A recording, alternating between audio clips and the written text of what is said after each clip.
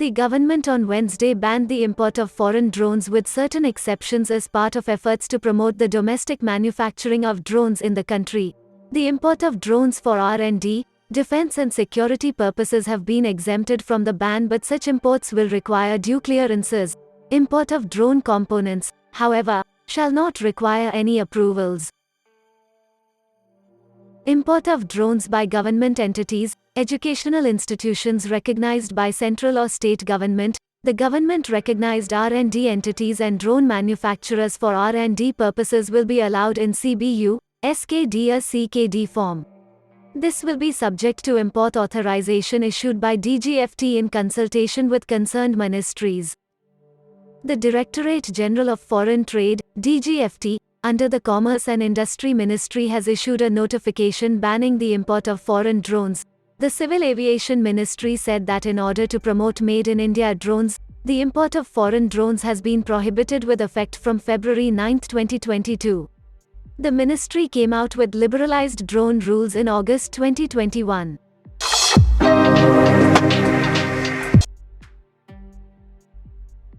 The Polar Satellite Launch Vehicle, regarded as ISRO's most reliable and proven rocket, is scheduled to launch 3 satellites on the 14th of February. However, it must be noted that this exact launch time is subject to weather conditions. In what marks the resumption of rocket launch activity after a halt of 6 months, the Indian Space Research Organisation has announced its first launch of 2022. This Mission 52 will be launching an Earth Observation Satellite, EOS-04, weighing 1,710 kg into a Sun-synchronous polar orbit of 529 km. EOS-04 is a radar imaging satellite designed to provide high-quality images under all weather conditions for applications such as agriculture, forestry and plantations, soil moisture and hydrology, and flood mapping.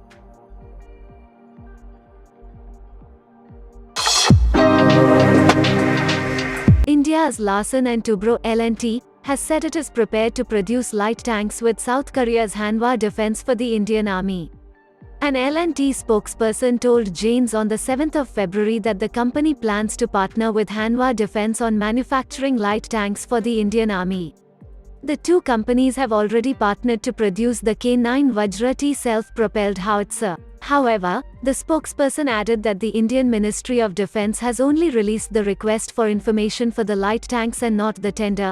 The joint production of light tanks is uncertain at this stage since the tender's categorization will decide what direction the program will take. This categorization will determine the degree of involvement of foreign vendor in the manufacturing. A spokesperson from Hanwa Defence told Janes on the 13th of January that the South Korean company is willing to jointly produce the K21-105 light tank with L&T for the Indian Army. This arrangement would be similar to the program to build the K9 Vajra TSPH. India on Wednesday rejected reference to Jammu and Kashmir and an economic corridor passing through Pakistan-occupied Kashmir in a China-Pakistan joint statement and called on the two countries not to interfere in internal affairs of India. The response from India came 3 days after China and Pakistan issued the joint statement after a meeting between Xi Jinping and Imran Khan in Beijing. The joint statement contained numerous references to the China-Pakistan Economic Corridor, a flagship project of Beijing's Belt and Road Initiative that passes through POK. India not signed up for BRI and consistently opposed CEPC. The External Affairs Ministry spokesperson said, "We reject reference to Jammu and Kashmir and Ladakh in the joint statement, which is and will remain an integral part of India."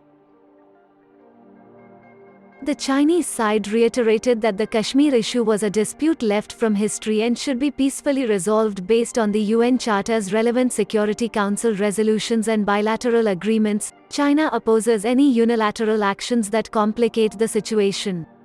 This position China has taken after India ended the special status of Jammu and Kashmir in 2019 and split the region.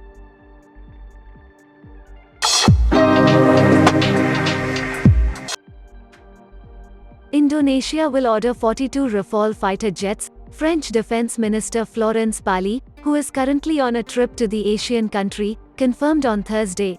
Dassault Aviation said the deal marked the start of a long-term partnership and would allow it to rapidly step up its presence in Indonesia. The deal comes as Paris seeks to expand its geopolitical ties in the Indo-Pacific. The agreement was announced as French Defense Minister Florence Parly met with Subianto in Jakarta. Parly said Indonesia had chosen the specific warplane due to its technical excellence and its demonstrated operational capabilities. Indonesia's defense minister on Thursday announced that a deal has been signed with France to buy 6 Dassault Rafale fighter aircraft. Another 36 jets are expected to be bought as part of the agreement. We agreed on the purchase of 42 Rafale, the minister said.